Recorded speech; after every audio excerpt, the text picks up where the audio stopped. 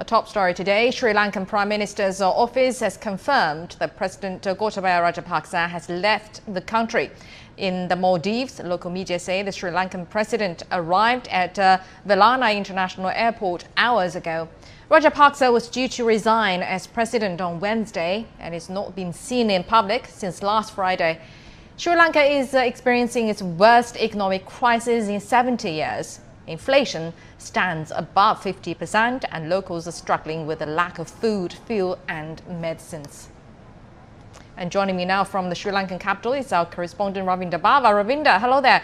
The protesters have vowed to occupy government offices until the resignations are official. Now, as we just said, Rajapaksa has fled to Maldives. What are the public responses to that?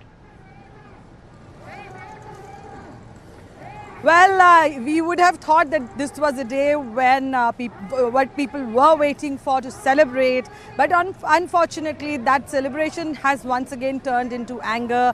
People are upset that Gotabaya Rajapaksa, who is the president of the country, has left the country, and they want him to be back again because they think that this is not enough justice done. For justice to be done, the president should be tried legally in the country and not. And now, since he has left the country, there is a sense of frustration among people. There is a sense of anger among people because this whole movement, which started with the mission to actually remove the president, that has still not happened. And what we are hearing is once the president lands in a safe area, safe country where he thinks he's safe, then only he will send his resignation, his final destination, and probably that will be later tonight. That's what the information we are getting. So far, there is no resignation. So far, there is a status quo. The Prime Minister, Mr. Ranil Wickremesinghe, is still holding on to the post of Prime Ministership, and that is one thing. Again, the protesters have reiterated today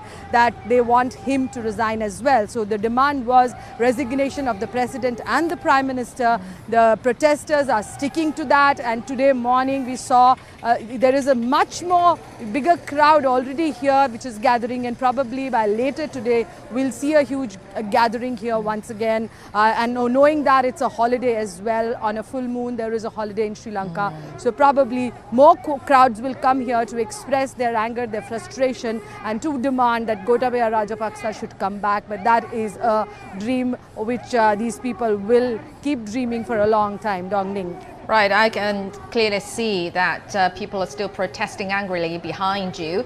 So the flee of the president didn't help calm the country a bit. But a new president is scheduled to be elected next week, while opposition leaders work on replacements as well.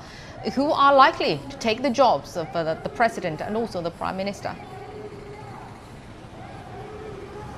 Well, some of the opposition party SJB has already said that their presidential candidate will be Sajith Premadasa, who was the presidential candidate from the same party also in 2019.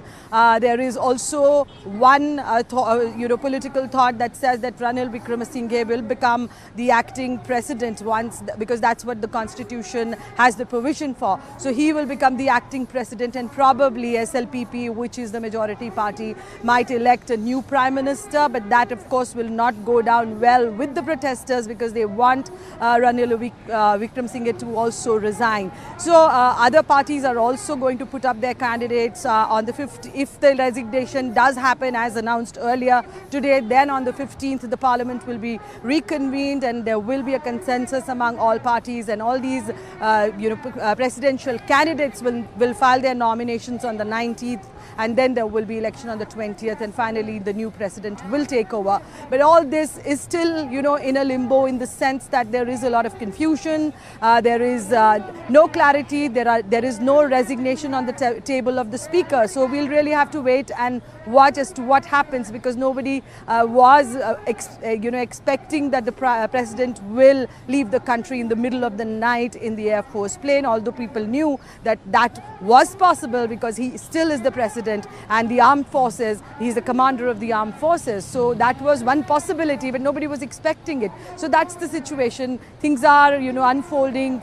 Every hour new things are coming up. So we'll really have to wait and watch. But this is what will happen if the resignation takes place today. Dongning. Thank you very much indeed. Ravinda Bava reporting from the Sri Lankan capital, Colombo.